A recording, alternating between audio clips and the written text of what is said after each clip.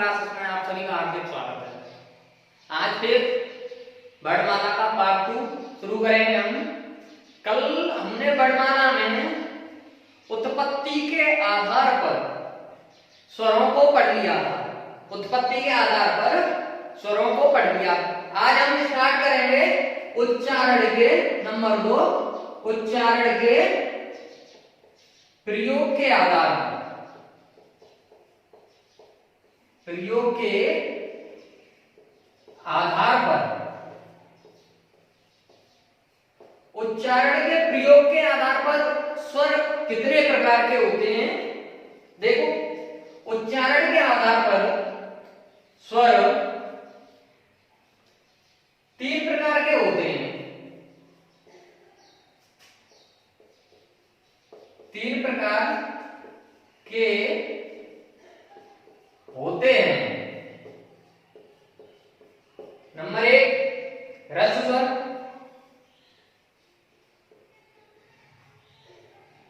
ह्रस्व स्वर। नंबर 2 दीर्घ स्वर और नंबर 3 प्लुप्त स्वर। नंबर 3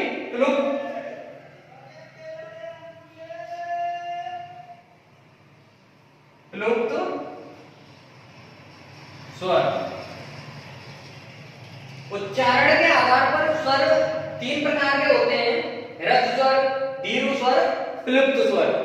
अब देखते हैं ह्रस्व स्वर किन्हें कहते हैं। अब देखते हैं ह्रस्व स्वर किन्हें कहते हैं। तो ह्रस्व स्वर हेडिंग डालेंगे आगे ह्रस्व स्वर। नंबर 1 ह्रस्व स्वर, ह्रस्व स्वर, ह्रस्व स्वर। तो ह्रस्व स्वर क्या कहते हैं? जिन स्वरों के उच्चारण में कम समय लगता है उन्हें ह्रस्व स्वर कहते हैं। जिन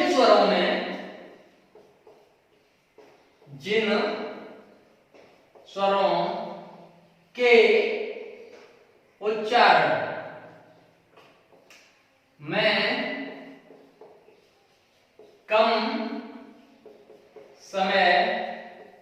कम समय लगता है उन्हें ह्रस्व स्वर कहते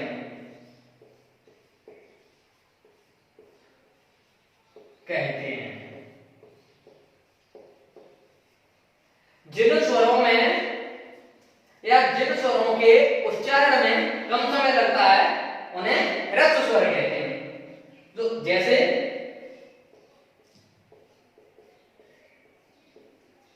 अ, छोटी ई, उ और ये होते हैं ह्रस्व स्वर। ह्रस्व लघु इन्हें नहीं कहते हैं आ, ई, उ, प्रे। अब नंबर 2 है दीर्घ स्वर। नंबर 2 दीर्घ स्वर। आगे नंबर 2 डालेंगे हेडिंग दीर्घ स्वर।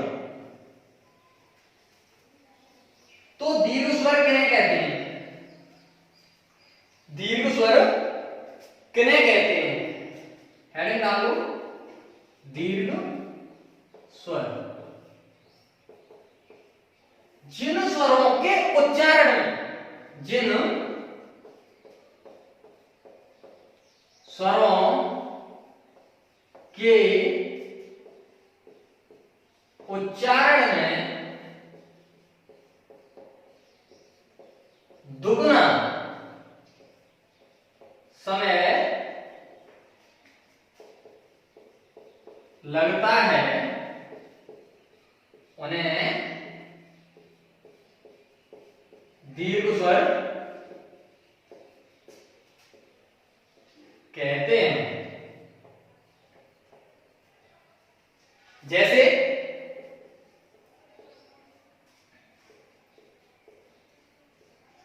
बड़ा बड़ी, बड़ा ऊ, छोटी ए,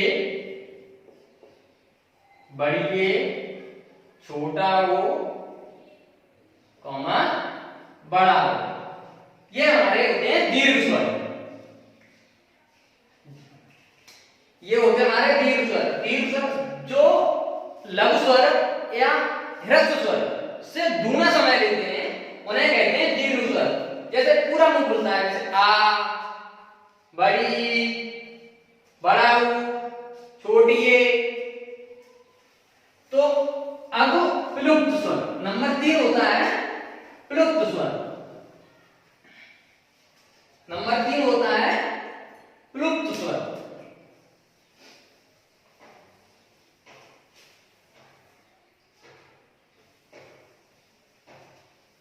अब प्लुप्त स्वर किन्हें कहते हैं? देखो हेडिंग बनाओ, प्लुप्त स्वर नंबर 3 डाल के,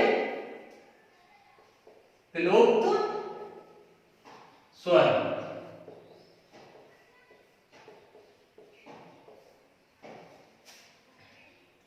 नंबर 3 प्लुप्त स्वर।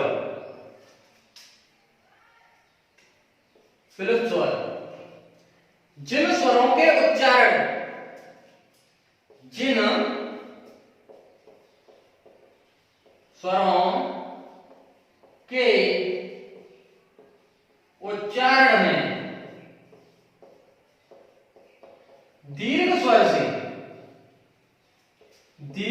से अधिक समय लगता है, अधिक समय लगता है, उन्हें प्लुप्त स्वर कहते हैं। क्या कहते हैं? प्लुप्त स्वर। प्लुप्त स्वर कहते हैं। इनका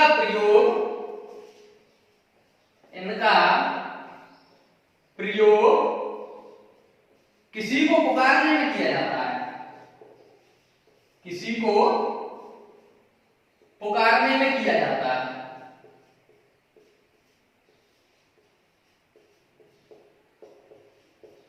किया जाता है। इनका प्रयोग किसी को पुकारने में किया जाता है। जैसे देखो, जैसे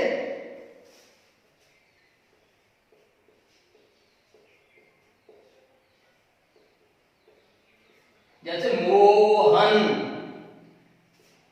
तो मोहन ऐसे लिखा जाता है। जैसे राम, धा, ओम,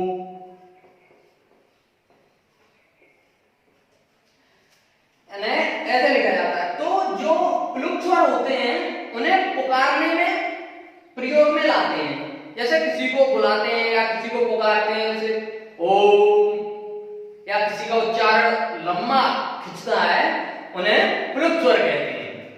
तो अभी हमने देखा कि उच्चारण के प्रयोग के आधार पर स्वर 3 प्रकार के होते हैं, ह्रस्व, दीर्घ और प्लुप्त स्वर। ह्रस्व स्वर वे स्वर जिनके उच्चारण में कम समय लगता हो, उन्हें ह्रस्व स्वर। और दीर्घ स्वर जिनके उच्चारण में दूना समय लगता हो, वो दीर्घ स्वर। प्लुप्त स्वर जिनके उच्चारण में दीर्घ स्वर से भी अधिक समय लगता हो, उन्हें कहते हैं प्लुप्त स्वर।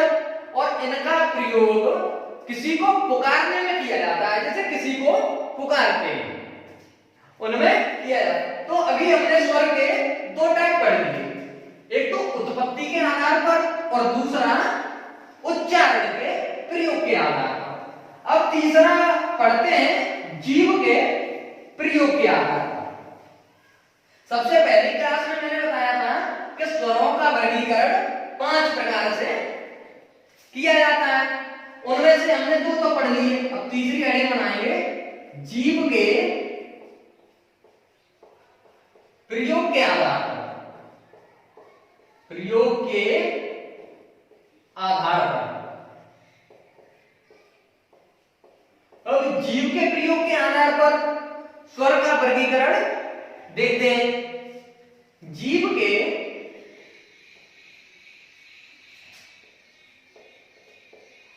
प्रयोग के आधार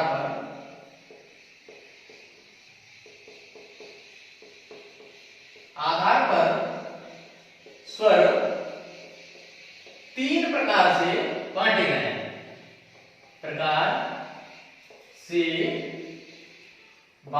हैं।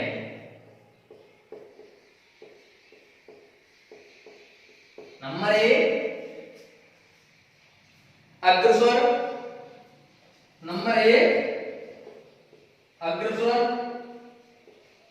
नंबर दो मध्य स्वर,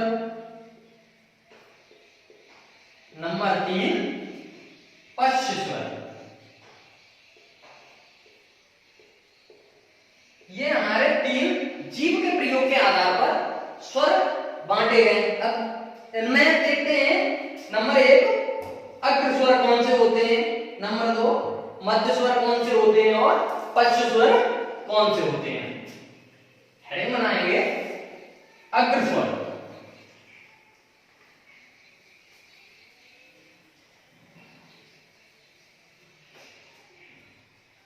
नंबर एक अग्रस्वर। अब अग्रस्वर किन्हें कहते हैं, जिन स्वरों के उच्चारण में जीव का अगला भाग प्रयोग में लाते हैं उन्हें अग्रस्वर कहते हैं। जिन स्वरों के उच्चारण में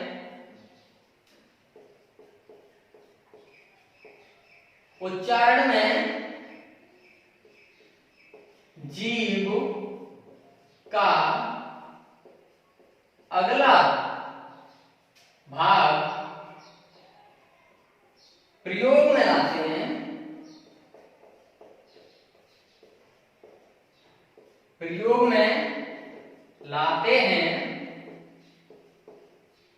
उन्हें अग्रस्वर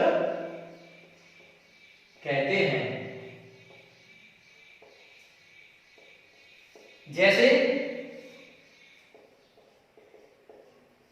देखो, जिन स्वर के उच्चारण में जीव का अगला भाग प्रयोग में लाते हैं उन्हें अग्रस्वर कहते हैं। जैसे छोटी ई, बड़ी ई, रिस, छोटी ए, बड़ी ई, छोटी ई कॉमा बड़ी ई, रिस, छोटी ए और बड़ी ई, ये हमारे अग्रस्वर होते हैं। इनका जब उच्चारण करेंगे तो हमारा जीव का अगला सिरा टकराएगा। जैसे ई, छोटी ई, बड़ी ई, रिस, ए। अब ऐसे आगे देखते हैं नंबर दो मध्य स्वर। नंबर दो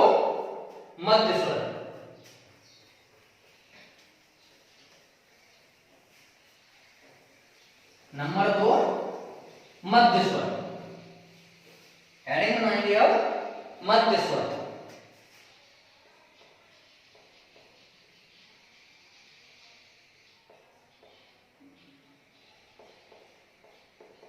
मध्य स्वर, जिन स्वरों के उच्चारण में जीव का मध्य वाला सिरा या मध्य वाला भाग प्रयोग में लाते हैं, जिन स्वर के उच्चारण में जीव का मध्य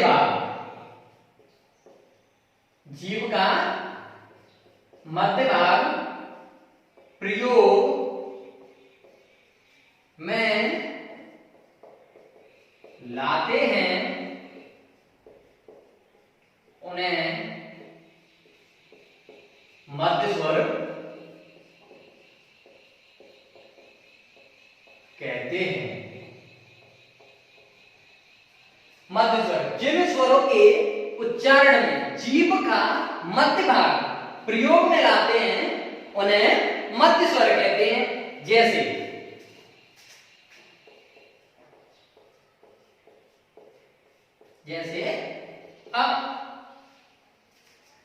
अब देखते हैं कि पश्च स्वर किन्हें कहते हैं।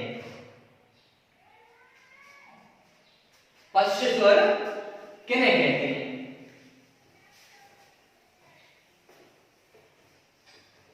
पश्च स्वर हेडिंग बनाएंगे पश्च स्वर।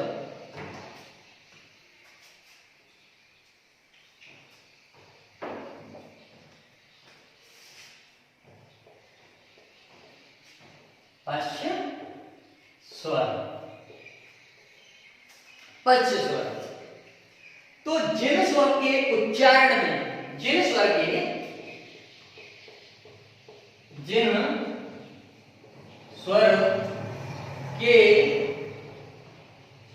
उच्चारण में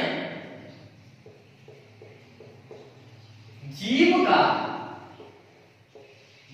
का पिछला भाग प्रयोग में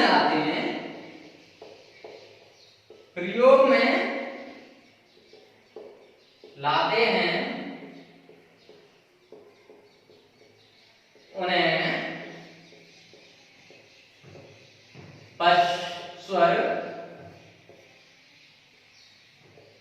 कहते हैं। पश्च स्वर किन्हें कहते हैं? जिन स्वर के उच्चारण में जीभ का पिछला भाग प्रयोग में लाते हैं पश्च स्वर कहलाते हैं। जैसे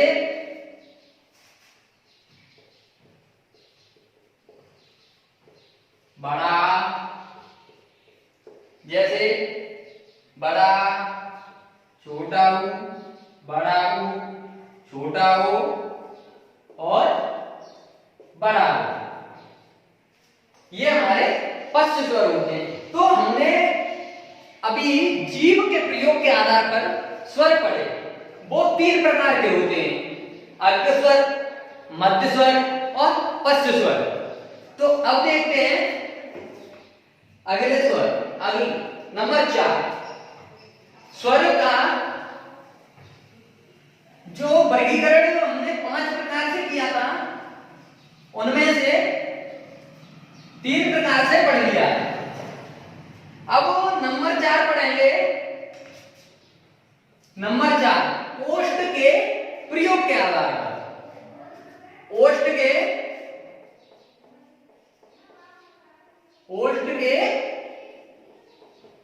प्रयोग के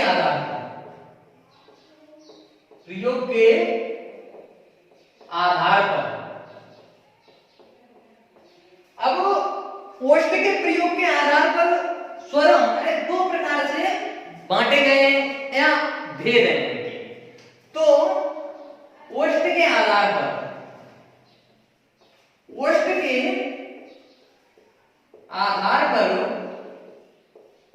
स्वर के 2 भेद होते हैं। नंबर 1 आवृत्तमुखी स्वर, नंबर 2 वृत्तमुखी स्वर। नंबर 1 आवृत्तमुखी स्वर और नंबर 2 वृत्तमुखी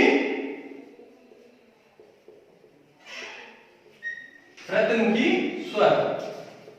हमने देखा कि ओष्ठ के प्रयोग के आधार पर स्वर 2 प्रकार से बांटे गए हैं। नंबर 1 आवृत्ति स्वर, नंबर 2 वृत्तमुखी स्वर। अब वो देखते हैं कि आवृत्ति स्वर किन्हें कहते हैं और वृत्तमुखी स्वर किन्हें कहते हैं। तो हेडिंग डालेंगे आवृत्तमुखी स्वर। नंबर 1 आवृत्तमुखी स्वर। अब आवृत्तमुखी स्वर किन्हें कहते हैं? जिन स्वरों का बोलने में हमारे मुख, जिन स्वर के बोलने में हमारे ओठ गोलाकार में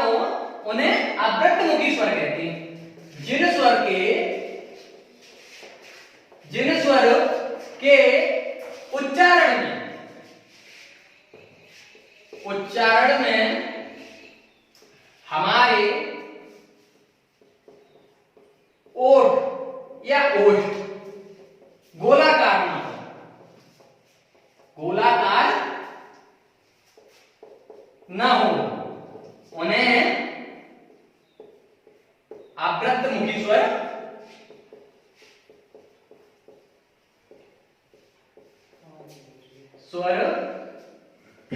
कहते हैं। जैसे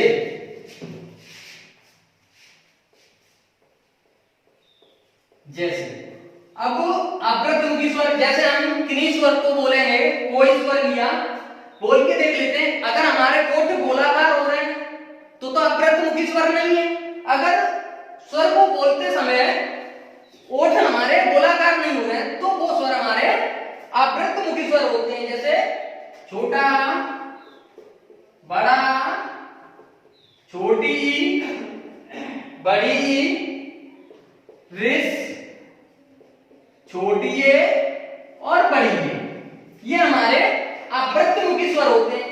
इन्हें या इनका उच्चारण करेंगे तो हमारे ओठ गोलाकार नहीं होंगे। जैसे आ, बड़ा आ। अब देखते हैं कि वृत्तमुखी स्वर किन्हें कहते हैं। हमने अभी ओष्ठ के आधार पर स्वर पढ़ रहे हैं। जैसे ओष्ठ के आधार पर स्वर दो प्रकार से बताए गए हैं, एक तो वृत्तमुखी, एक अवृत्तमुखी। तो अवृत्तमुखी तो हमने पढ़ लिया है।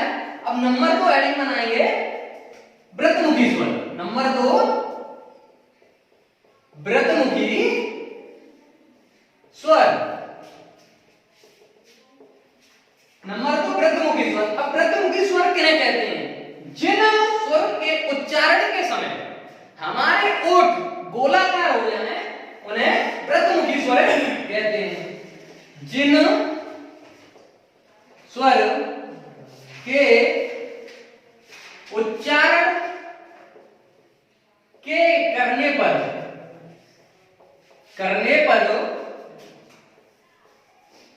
ओठ गोलाकार होते हैं,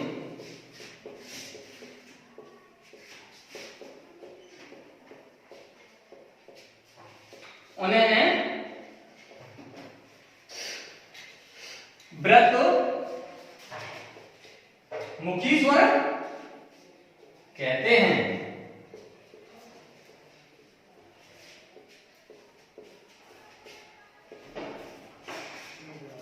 जैसे जैसे जैसे छोटा ओ, बड़ा ओ, बड़ा ओ।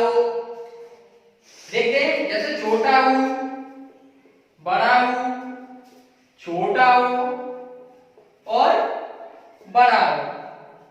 तो हमने देखा कि स्वर इनका हम उच्चारण कर रहे हैं तो हमारे ओठ गोलाकार हो रहे हैं। जैसे छोटा हो, बड़ा हो, छोटा हो, बड़ा हो।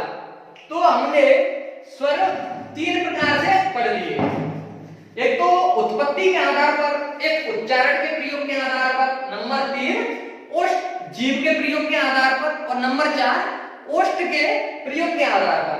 अब हम नंबर 5 जो लास्ट वर्गीकरण किया है, नंबर 5 मुख खुलने के प्रयोग के आधार पर ओष्ठ का स्वरों का वर्गीकरण। नंबर 5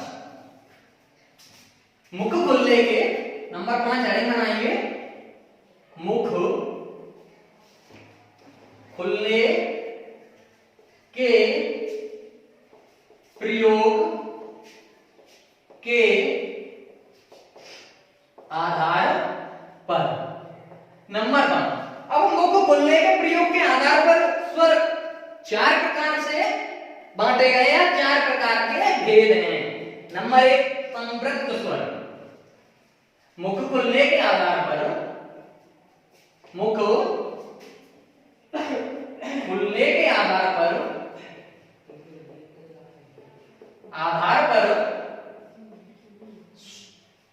स्वर के भेद 4 प्रकार के होते हैं। तो नंबर 1 समृद्ध स्वर, हेडिंग नंबर 1 समृद्ध स्वर,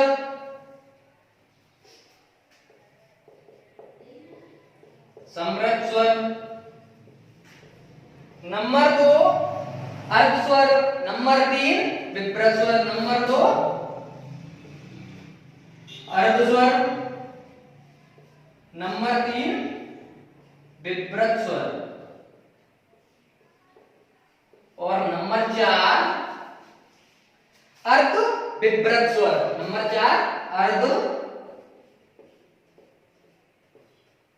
विभ्रत स्वर। ये हमारे मुख खुलने की स्थिति के आधार पर स्वर के भेद 4 प्रकार के होते हैं। नंबर 1 समृद्ध स्वर, नंबर 2 अर्ध स्वर, नंबर 3 विभ्रत स्वर, नंबर 4 अर्ध विभ्रत स्वर। अब इनका प्रयोग देखते हैं और होते कैसे हैं, कौन कौन से होते हैं। देखो नंबर 1 हेडिंग बनाएंगे समृद्ध स्वर। नंबर 1 हेडिंग बनाएंगे समृद्ध स्वर।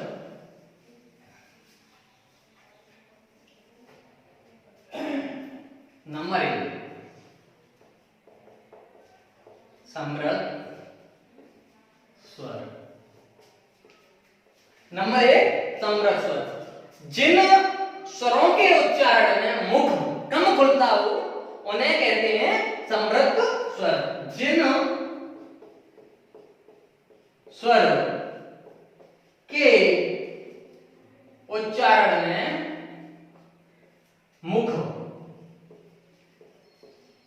कम खुलता हो उन्हें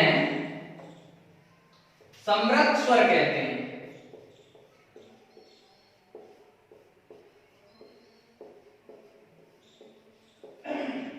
जैसे देखते हैं समृद्ध स्वर, जिन स्वर के उच्चारण में मुख कम खुलता हो उन्हें समृद्ध स्वर कहते हैं। जैसे बड़ी, बड़ाऊ, बड़ी, बड़ाऊ और रेस। अब देखते हैं नंबर 2 अर्ध समृद्ध स्वर। नंबर 2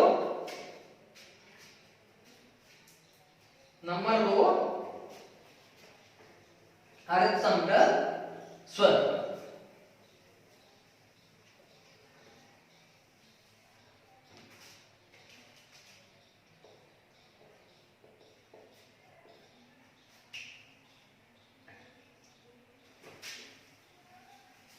तो हमने स्वर 5 प्रकार के भेद बताए, तो उनमें 5वां भेद चल रहा है और वो है मुख खुलने की स्थिति के आधार पर। उसमें भी 4 टाइप होते हैं। तो नंबर 2 अर्ध समृद्ध स्वर।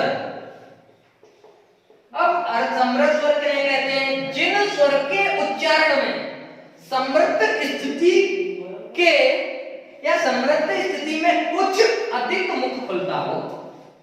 जिन स्वर के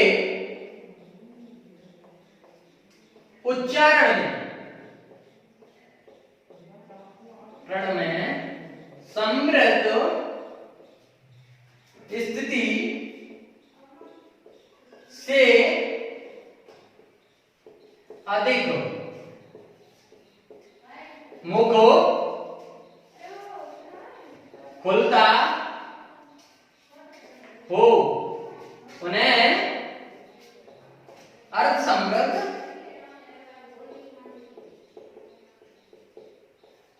स्वर कहते। जैसे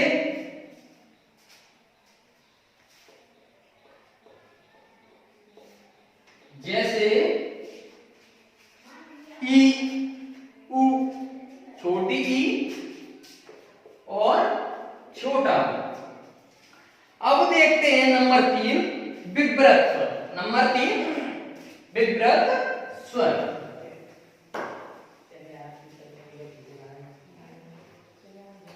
नंबर 3 विव्रत स्वर। नंबर 3 विव्रत स्वर।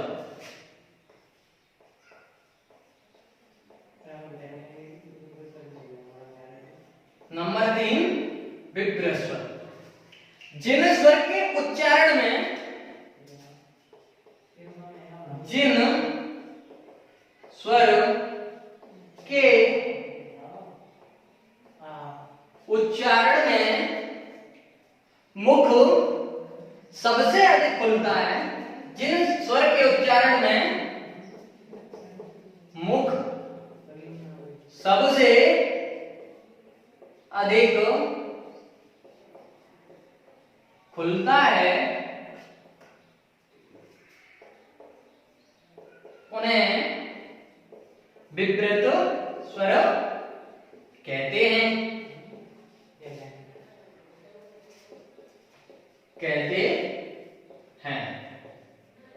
जैसे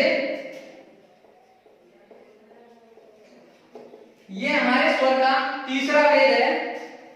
जिन स्वर के उच्चारण में मुख सबसे अधिक खुलता हो, उन्हें विव्रत स्वर कहते हैं। जैसे बड़ा आ, बड़ा ओ, बड़ी ए, बड़ा ओ। तो इनमें हमारा मुख सबसे अधिक खुलता है। अब लास्ट में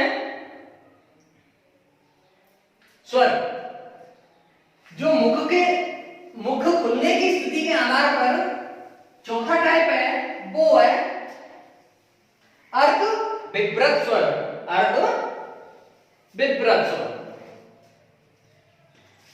नंबर 4 अर्ध विव्रत स्वर। नंबर 4 है अर्ध विव्रत। जिन स्वर के उच्चारण में विव्रत स्थिति से थोड़ा कम मुख खुलता हो, जिन स्वर के उच्चारण में विव्रत स्थिति से थोड़ा कम मुख खुलता हो, उन्हें अर्ध विव्रत स्वर कहते हैं।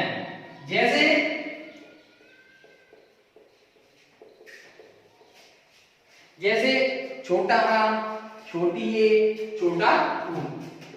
छोटा आ, छोटी ए, छोटा ऊ। तो यहाँ पर हमारे स्वरों का वर्गीकरण खत्म हो गया है। हमने 5 वेद पढ़े थे स्वर के वर्गीकरण के, तो 5 वेद हमने खत्म कर दिए हैं। अब वो देखते हैं आगे, एक टेबल बनाते हैं और देखते हैं कौन सा स्वर कौन से तालु में आता है। एक हेडिंग बनाएंगे स्वरों का उच्चारण स्थान। नंबर 1 पहले स्वर लिख लें। छोटा आ, बड़ा आ, छोटी ई, बड़ी ई, छोटा ऊ, बड़ा ऊ, रिस,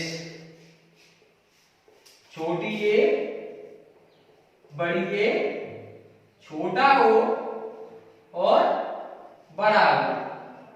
इनका सभी का उच्चारण स्थान देखेंगे। कंठ इधर लिख रहे हैं वर्ण या स्वर,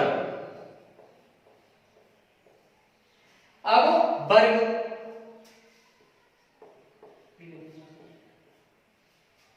वर्ग और उच्चारण स्थान।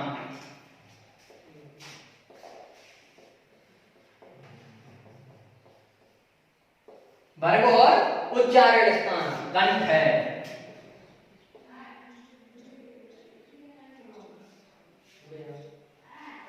देखेंगे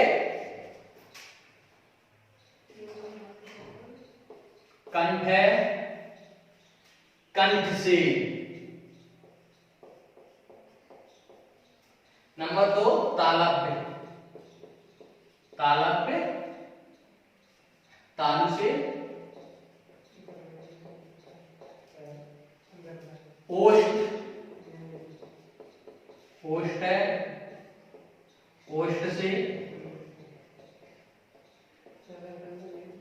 ओष्ठ से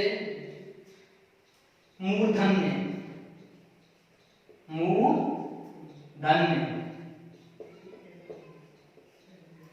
मूर्धा से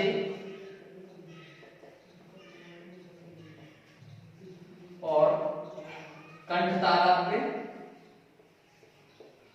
तालव्य कंठ और तालु से,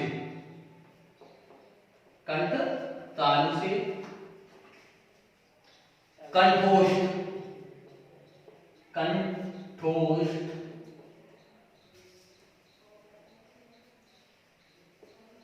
कंठोष्ठ, कंठ और ओष्ठ से।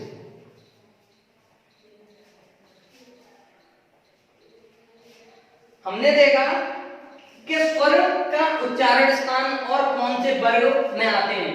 तो स्वर छोटा और बड़ा कंठ वर्ग, ये इनका उच्चारण स्थान कंठ से। छोटी बड़ी तालव्य तालु से, छोटा उ बड़ा उ ओष्ठ से, ओठों से, और रिस मूर्धन्य ये मूर्धा से। छोटी है बड़ी है कंठ तालव्य से, कंठ और तालु से। छोटा हो बड़ा हो कंठोष्ठ और कंठ या ओष्ठ से। तो दोस्तों आज हमने स्वर समाप्त कर लिए हैं इस क्लास में। अब कल हम आगे कंटिन्यू करेंगे व्यंजन से। तो नमस्कार दोस्तों,